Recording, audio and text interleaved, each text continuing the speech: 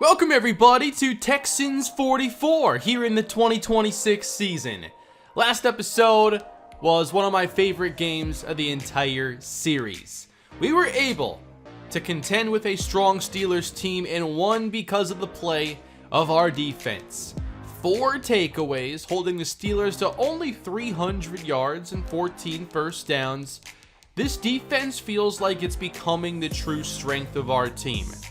We have invested so much into this defense, it's great to see the payoff now, getting great play from Justin Reed. Marquise Brown had the big interception late, and now the defensive line is becoming a strength, and we're seeing the difference that a player like Kurt Reiner can make for the run defense. I think that's easily the most complete part of this roster right now. I feel like we're developing a lot more on the offensive side with the running back situation, the O-line situation. Things aren't complete there.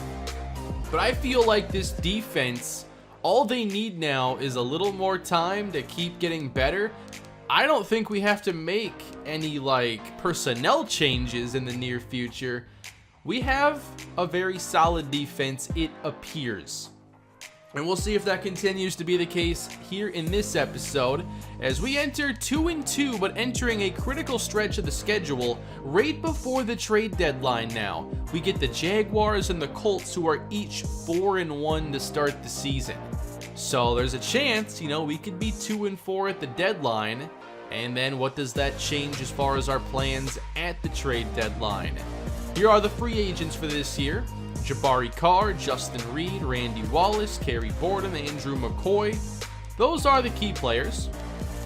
I don't feel like this is going to be we need to trade everybody at the deadline if we're 2-4, but we'll have to at least consider Justin Reed. I don't want to trade him, but do I want to sign him to a 4-year, $45 million contract? A lot of questions here to answer. And the more I've seen this defense play this year, the more I think I will give an offer to Jabari Carr, as long as we see more of what we've seen the first 4 games of the season. So we'll continue to negotiate here with Randy Wallace.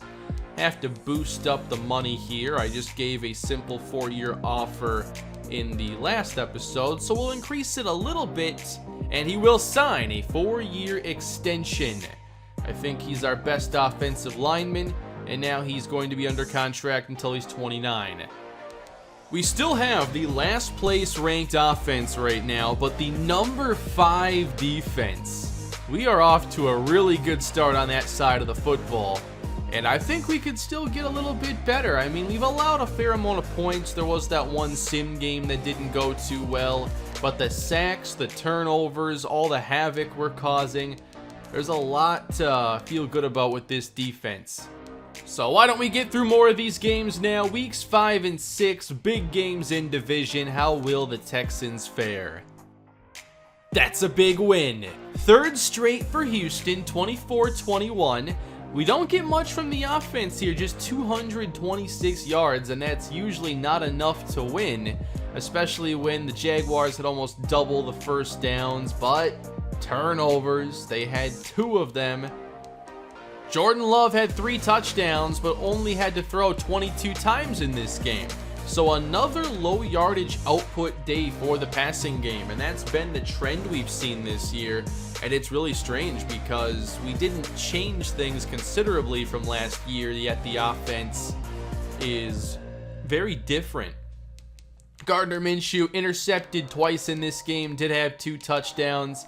Alvin Kamara, 59 and a touchdown. They did go over 100 yards rushing as a team. And Manny Grubbs only had 13 carries to James Golden's 11, so I wonder if there was an injury there. Cullen Brenner went for 775 and a score. We just gave up a big day to Foster Moreau in the previous episode, so maybe receiving tight ends are just our weakness. Gordon Norwood had a touchdown. Candidate just 3 catches in this game after a really nice showing in the previous episode. Amari Jones found the end zone. And for the defense, interceptions went to Marquise Brown and Jeremiah Brown as we get another solid day from the defense. Stephon Ferris and Jabari Carr pick up the sacks. And this is a pretty big deal here for the Jaguars. Their kicker, Colin Jenkins, missed 2 kicks, 2 field goals, and this was a 3-point finish. So big third win ahead of our matchup against Indianapolis. And no new injuries to talk about, it looks like. That's good. Alright, let's go through more of these offensive linemen now, just trying to figure out how many could be taken atop this draft. And so far we have a couple options, but the O-line classes in this game I have not found to be all that strong. Still a few more players to scout, but we're still looking at 2 first-round talents at guard, which I think is more of a need than tackle anyway. We'll go back to Allen Beverly being a focus player here and just give him a little bit extra, try to get as much as we can out of his rookie season. I think now the hope is that Defensive Rookie of the Year becomes a possibility, but we're a ways away from knowing if he's close to that. Some upgrading to take care of now. Randy Wallace with morale is an 87 overall. Does a new contract impact morale at all? Like, I doubt it does, but it should. That would make a lot of sense. Especially if they don't have a contract yet and morale is down. Add that to the mechanic. Leslie Good's weakness is against powerful defensive linemen, so we're going to work on that archetype most of the time when we're upgrading him. Everything else is already super solid. I want to work on the blocking a little bit here for Gordon Norwood. I just want to get that above 65, and we don't get the run block rating to go up, but the other ones do. For Robert Bullard, I'll probably just spend most of his points now on pass protector. That's where I think he does have a bit of a weakness. He's inconsistent when it comes to defending the edge. Only 1 rating? That's it. And then we get Amari Jones, who seems to be getting a few more targets as of late. And I think I will put this point into route runner. Just want to get the short and medium to be more of a strength. Right now they're solid, but they're not dominant. Trying to get over, like, thinking things are okay when they're in the mid-80s. Like, as soon as you can get to that higher tier, you unlock a new level of play. And maybe we're seeing some of these throws go his way because of the medium route running. And a lot of those targets are coming on passes that are like 10-15 yards downfield. We have come a long way from the week 1 mess. We just won our 4th game in a row here over the Indianapolis Colts. 275 yards of offense allowed, with us putting up over 400, and a huge day it looks like for Jordan Love. This was not a big running day. Love, 3 touchdowns, 3 picks, 375 yards. If any quarterback were to put up this stat line, I'd think it'd be Jameis Winston, not Jordan Love. So all over the place in this game, like his highest efficiency in a while despite the interceptions. And then on the ground, looks like Grubbs at 1.4 a carry. Why is it that bad? In the air, Amari Jones went for 10 and 101. Candidate 71 plus a score. Ingram found the end zone, so did Norwood. Spreading the football around to a lot of solid targets. The offense is looking pretty deep right now when it comes to the pass. Stephon Ferris picks up another sack, and then 1.5 for Josh Richards coming off the bench. Borden also picked up 1, and Carr continues to get pass rush production. Just gotta see less interceptions is all. What a stretch here to go and get 4 straight victories into the trade deadline. We're certainly not trading Justin Reed right now, but I do think we might end up trading Jeremiah Brown. Because Lynn Cox is playing that slot role, do we want a pick now, or do we want the depth of Jeremiah Brown, just in case somebody gets hurt? You got to have 3 starting caliber corners, so it's nice to have depth, and most teams don't have cornerback depth. It's hard enough to have 3 good starters.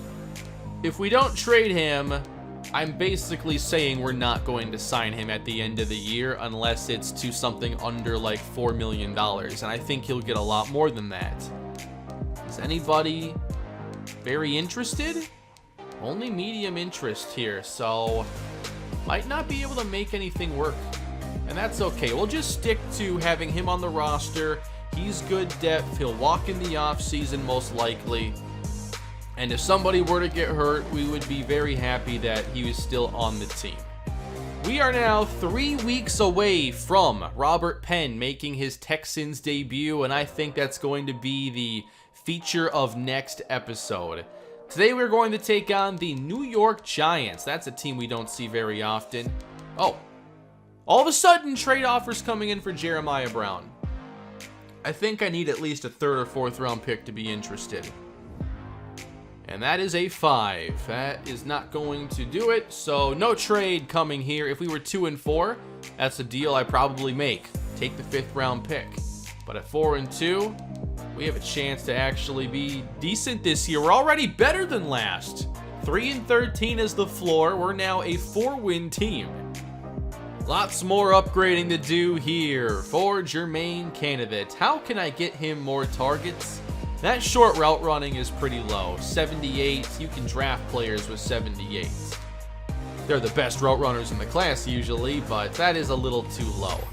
So let's work on fixing that. Maybe that's why his targets are so volatile. If he's only getting deep targets, I mean, that's where the most volatility is at receiver. Allen Beverly. Star development, we already know. 91 power moves. We're going run stopper now. Probably a couple run stopper upgrades. Maybe next year we focus more on completing his skill set with the finesse. +4 play rec. I'll take that. Would prefer +4 awareness. For Cordell Hillhouse, we'll focus primarily on his pass rushing. He doesn't play every down. He mostly plays passing situations. But we still get a little block shed. That's a pretty cool upgrade. How about George Ingram to start the year? I've been really impressed when we've been able to get the football to him. I think he'll have a chance to win Rookie of the Year. I don't know how good of a chance because we are like the 32nd ranked offense. But he's had a couple big games, a couple touchdowns. If we can get some more of that and a couple big plays, he may have a case. For Lynn Cox, we'll go to slot upgrade. That'll probably be his permanent role on defense.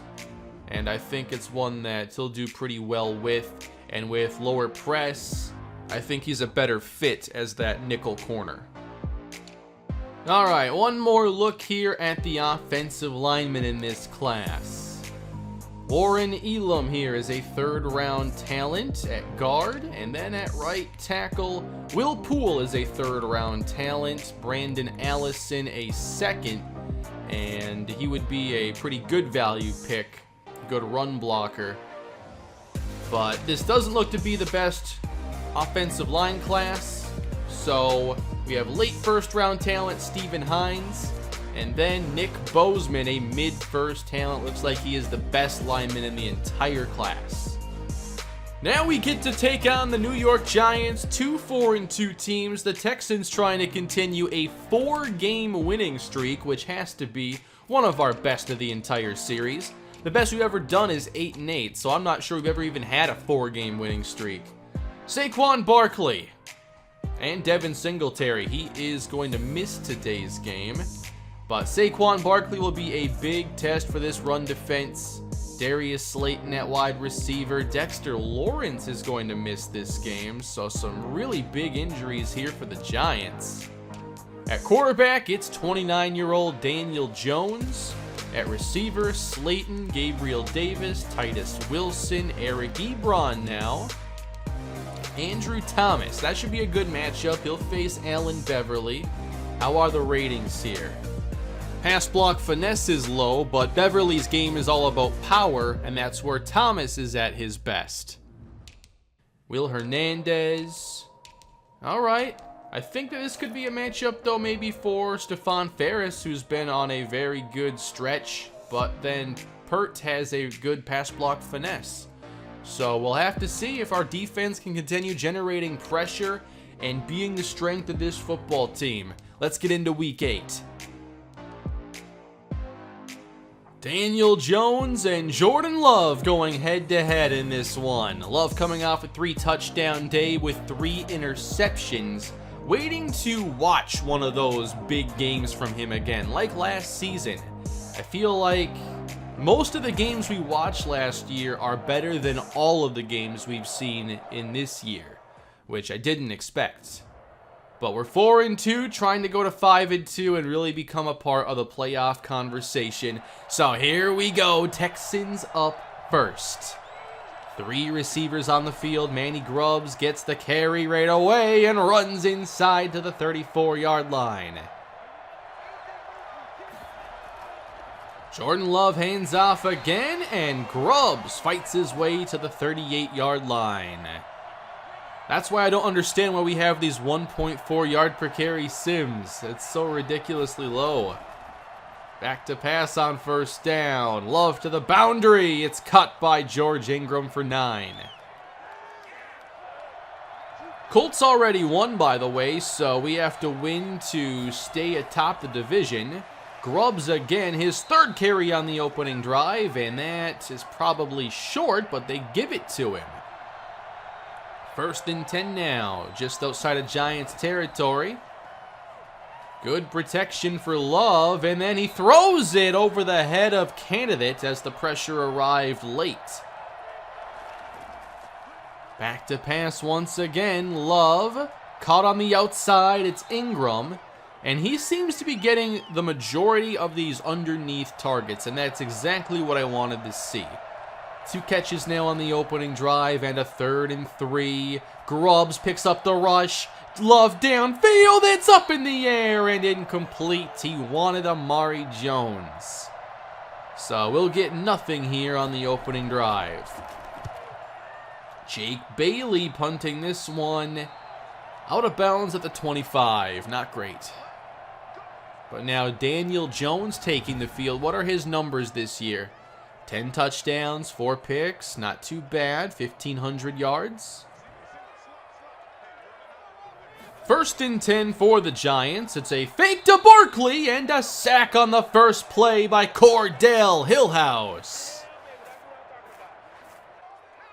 That is 3 on the year for Hillhouse. And now we're showing blitz on 2nd and long. We drop out of it. Daniel Jones has to throw this one away. Already a 3rd and long against this Texans defense. Bunch at the top, Fletcher at the bottom. And here's Daniel Jones. It's Ferris on the pressure. He brings down Jones at the 9.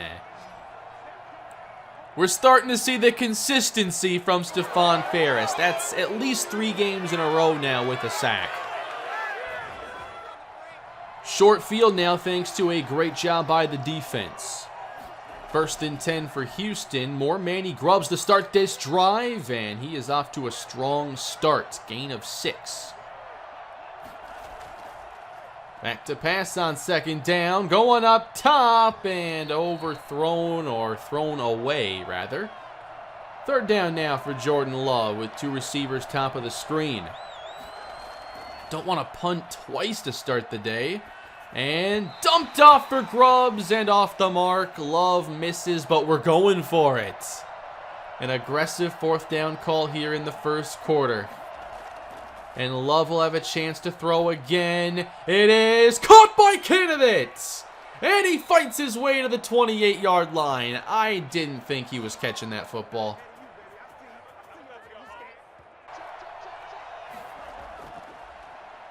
On 1st down, Love fires short again. Ingram hauls it in.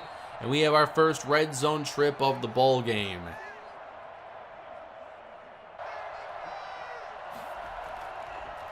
On the carry here, it is Grubbs. He gets dragged down by Leonard Williams. We're moving the football, getting 1st downs. Offset pistol now.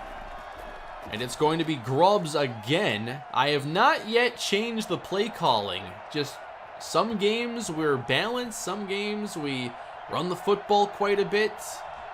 Sometimes we're just super pass heavy. Motion now from Candidate. Here's Jordan Love. He'll look to the end zone. Touchdown! Amari Jones. That's where I want to see us really focus on Jones. Down here in the red zone with that short and medium route running and his physicality, he should be a high touchdown receiver. That's his third of the season.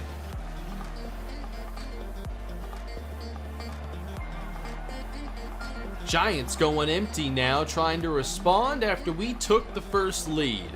And Daniel Jones facing pressure. He is incomplete. Great coverage from Marquise Brown and more pressure from Jabari Carr. This is easily Carr's best season. Patience paying off there.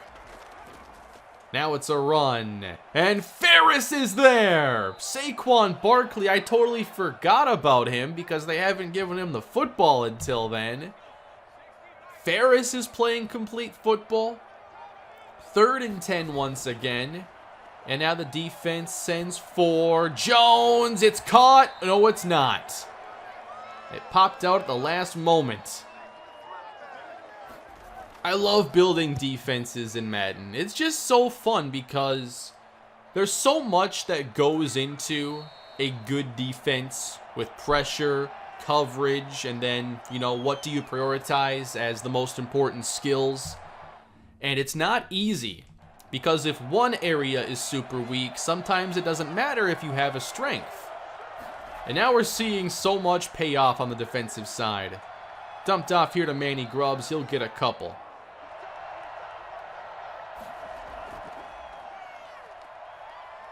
On 3rd and 7, we have Love going long, and there's a penalty marker down.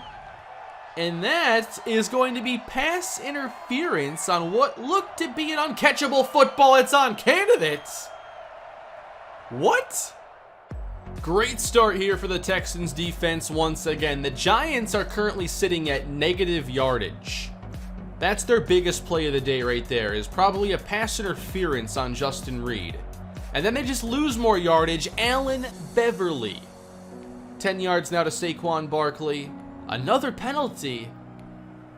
There's still a little bit we can do better defensively. Like, we're allowing a lot of points right now. Penalties there were a big problem.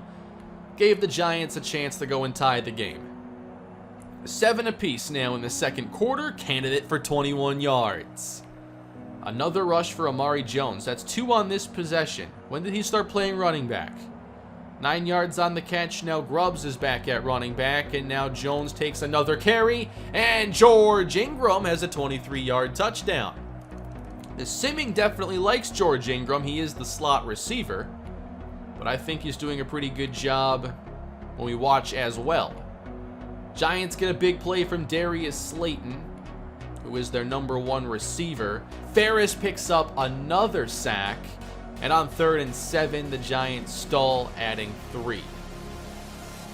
26 now to Amari Jones here with 4 minutes to go until halftime. Another big play to Candidate. He gets 3 on the carry. 3rd and 5. 16 Candidate. Setting up a Manny Grubbs touchdown. Getting points on the board now to go with this good defensive play. Now let's see if we can keep them out of the end zone. Hillhouse picks up another sack. I didn't think we'd have a ton of pass rush production in this game, but we're already at like 4 sacks. And now it's Grubbs for 30. Can we add at least 3 more? Ingram for 13, 18 to Norwood. We might not have to settle here. We get another touchdown. Manny Grubbs makes it 28-10. Where has this team come from? On the carry here, it is Saquon Barkley, and the Giants have a long way to go. And remember, this is a matchup of 2 4-2 teams. We're up 18 right now on a team that's done pretty well to this point, but not against us as we stop the run there. I like Ferris in the running game. He's showing some really good flashes there. Now a penalty, and I saw some movement there from the Giants. That's a false start. 3rd down and 8, and Jones heaves downfield. That is out of bounds and broken up. Daniel Jones does not look comfortable. Their pass game has no rhythm today. Pass rush taking care of that. Returnable and stopped immediately at the 33. That's Daniel Clifford. So let's get the offense back out there. Now we're talking about trying to put this game out of reach. 28-10 Houston. I think 3 touchdown passes maybe for Jordan Love. And he hands this off to Grubbs, who gets a couple. He's ran one in. He has a receiving touchdown as well. Here's Jordan Love on 2nd and 7. He's intercepted. He threw it right to a linebacker. Not even close to Gordon Norwood. A complete gift to the Giants defense. And I think the player who intercepted it is now hurt on the play.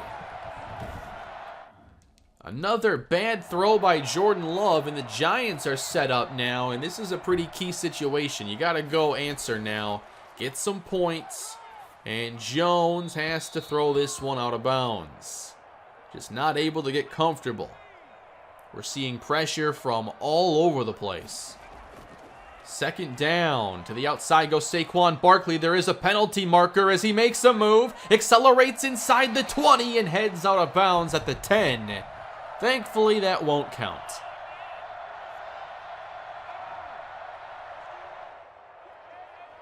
Penalties helped the Giants earlier. Now they're hurting them. 3rd and 17. Jones to the sideline again. No shot. And that will bring out the punt team. A good recovery here for the defense.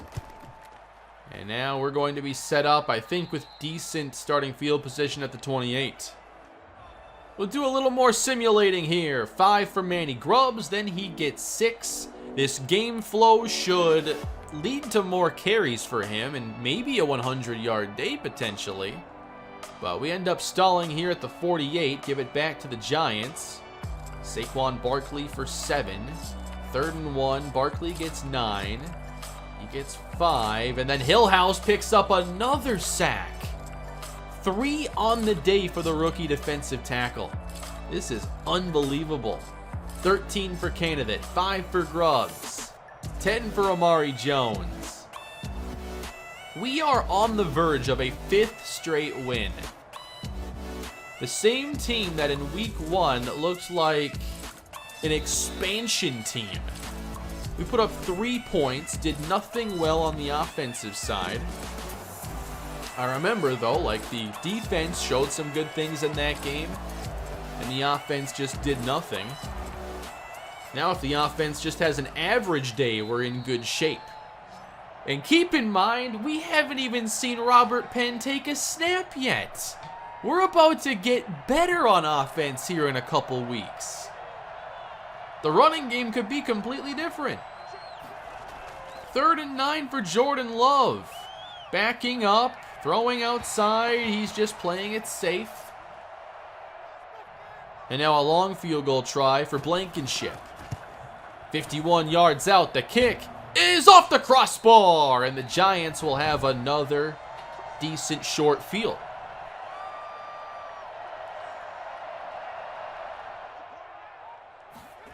Giants down 18 and not a moment to waste. Daniel Jones is on target with this throw. Finally connected downfield. That is caught by Wilson. Reiner showing pressure. I don't know if I like this 3-3-5 defense, though. Jackson gets a hit on Jones, and that is incomplete. Every now and then it schemes up a free rusher, but I think in general I might want to get rid of the 3-3-5. Pressure up the middle. Jones is intercepted. Here's Marquise Brown. Across midfield. He will go all the way. It's a pick 6. His 3rd consecutive game with an interception. The Houston Texans defense is making a statement this year. And we have gone up now 3 scores on the New York Giants. It's soon to be 4.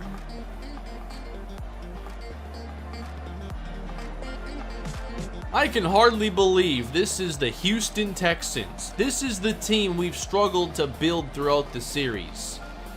This year, things are finally better. The Giants are down 25 points. Need a miracle at this point. but they are in range to add something. 4th and 5 here. They only get 4. That is not enough. And we can focus on running this clock out. Trayvon Moore getting carries. That's 4 in a row. And then Manny Grubbs gets 1. Just run the football every single play from here. It looks like this one's over. Last episode, all about the drama. Today, all about the domination for Houston. I did not expect us to sweep the games in this episode. Against 2 4-1 teams, and then a 4-2 team. Well, I'm not sure what the Colts were in that second game, actually. But 3 winning records, we're going to win them all. 35-10, now 35-17. That is your ball game, everybody. An impressive win for the Houston Texans, once again led by their defense. But this was more of a complete team victory. The offense put up like 4 touchdowns in the first half. The defense added 1 late. That's a really solid win for Houston. That's a 3-touchdown day for Jordan Love. He does go over 300 yards passing. Daniel Jones got the 288. We didn't see many of them in the watched plays. Manny Grubbs, 3.5 a carry. Trayvon Moore gave us 6.2 on his 4 carries. Receiving, Darius Slayton had a $141. George Ingram again leads us in receiving. Jermaine Candidate, 89 yards. Nice touchdown for Amari Jones. And Will Hernandez had a tough day. He had the Cordell Hillhouse matchup. And Hillhouse won. 6 sacks for the defense. Nice boost here for Andrew McCoy. That pass block finesse gets a little bit better. Now it's a 70 with the morale boost. And the Houston Texans are 5-2. So we end up with no moves here at the trade deadline. 5 straight wins now for Houston. And we're soon to have the debut of Robert Penn at running back. If we can boost this ground game, we can potentially be a very dangerous team. We're tied atop the division right now, and everybody's still in it. It's very competitive this year. And that's good enough for one of the best win percentages in the NFL. 5-2. It looks like Robert Penn will miss 2 more games, so I think it's the Cowboys episode next time out, as we get to see this running game hopefully take a leap forward. We still have the 32nd ranked offense. We're not the most productive there, and our running game is bottom 5. But I think with Robert Penn, it could be a lot better. Defensively, as far as points allowed, we're starting to trend more to above average. For sacks, we've become tied for 3rd. For interceptions, we're at least above average. Pass yards allowed, 4th best. And in the turnover differential, we are +3 with 10 takeaways. That is tied for 2nd most in the NFL. We might finally have our first good team of the series. We went to the playoffs at 8-8. I'm not counting that. Right now, I think 8-8 would be a disappointment with a 5-2 start. But there's a lot more football to be played this season. We'll see how long this winning streak will last. We put it on the line next episode, and I can't wait to see Robert Penn make his debut. Manny Grubbs is at 3 yards a carry now. That's down from his rookie season, which is very surprising.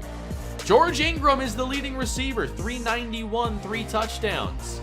Amari Jones behind him at 345, then Jermaine Candidate at 319. 4 sacks allowed. We haven't been too bad in that department. I think that we're seeing better play from the guards.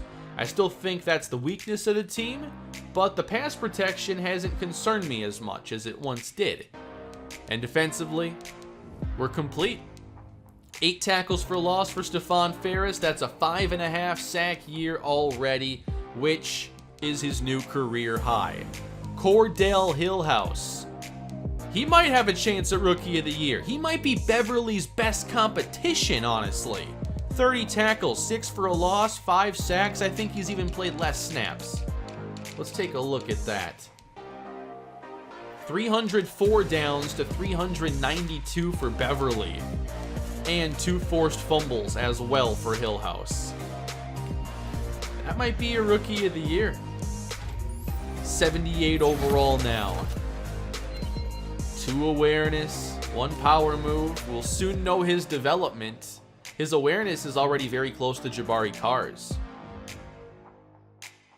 Hillhouse is also coming off a Player of the Week honor here in Week 8, and that's worth a bit of experience. That's pretty valuable, especially for a young player.